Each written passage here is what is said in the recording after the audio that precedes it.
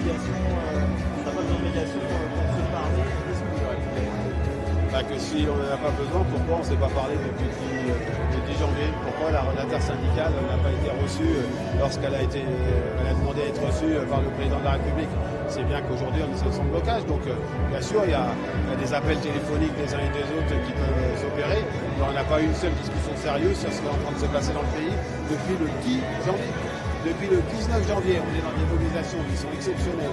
Encore aujourd'hui, malgré la dernière qui était il y a seulement quelques jours, et on nous dit, mais non, on n'a pas besoin de ça de se parler, on n'a pas besoin de médiation.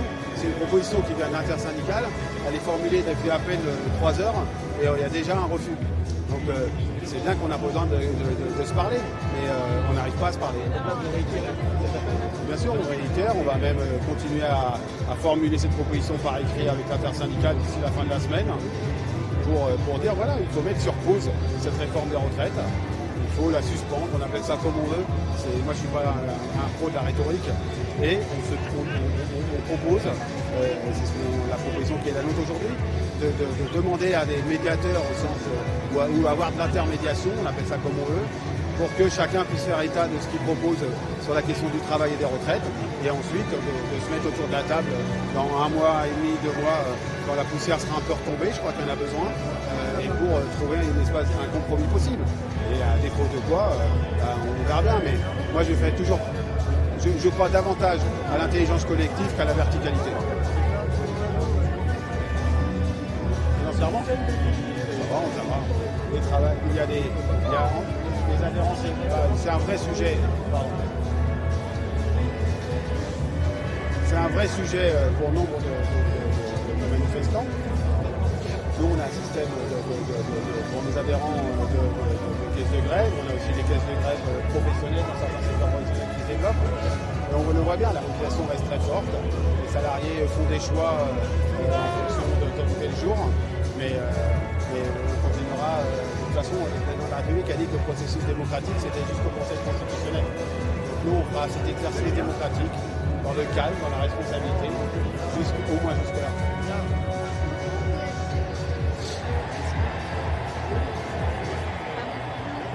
Non, c'est pas bon. La violence, c'est pas bon d'abord parce que l'atteinte aux personnes est inacceptable dans une démocratie. Et la CFDT n'a aucune ambiguïté sur le sujet. On les condamne. Je crois aussi que ça provoque des fois des réactions disproportionnées de quelques-uns dans la police. Donc c'est aussi un problème. Mais c'est aussi la violence un problème parce que ça masque le mouvement social. Ça masque l'immense majorité des citoyens, des travailleurs qui manifestent dans des villes moyennes, petites, grandes, mais où il n'y a pas de violence et dont on ne parle pas finalement. Et donc voilà, on les redoute. La violence n'est jamais une bonne forme d'expression. Mais je vous invite autant que possible à évidemment ne pas nier ces violences, si elles existent, et je les condamne encore une fois, mais à ne pas masquer le mouvement social derrière ces faits de violence et c'est regrettable et condamnable à tous. Oui, je crois que ça peut en décourager certains dans certains endroits, malheureusement. Mais encore une fois, les cortèges syndicaux, quand on va dans le cortège, sont pacifiques et respectueux. Les noms, on verra plus tard, c'est pas le sujet. Il y a plein de gens qui connaissent bien les sujets, qui sont prêts, qui pourraient être prêts à rentrer dans cette logique-là. Je crois qu'il faut vraiment regarder cette piste sérieusement. Donc, allez, on va mettre la réaction de M. Véran sur une réaction sortie du Conseil des ministres. Peut-être qu'on peut revenir à la raison et rentrer enfin dans une vraie logique de discussion. Et Laurent Berger, vous dites c'est...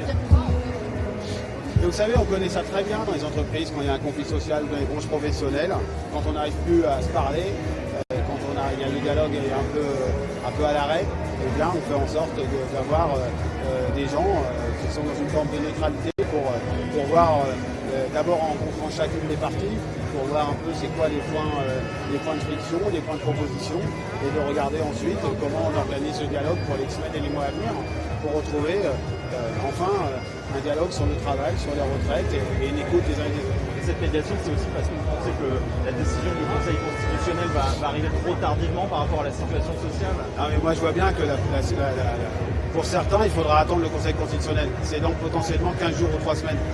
On va vivre avec cette tension-là pendant 15 jours et 3 semaines. Ben, si ça, c'est pas de la part de l'intersyndicale un acte de responsabilité de proposer cette médiation, c'est quoi? C'est un acte de responsabilité dans un climat tendu. Donc il faut le prendre comme tel. Donc à minima, ça s'étudie. Et ça ne se valait pas d'un revers de main comme ça a été fait ce matin.